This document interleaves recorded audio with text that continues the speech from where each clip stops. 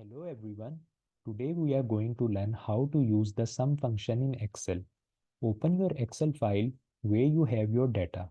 In our case, we have columns for item, quantity, price per item, and the total cost. Now let's sum up the total cost of all items. Click on the cell below your last total cost entry. This is where we will use the sum function.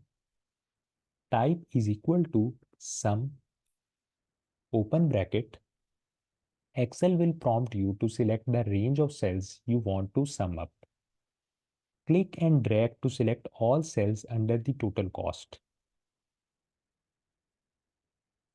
Close the bracket, hit enter.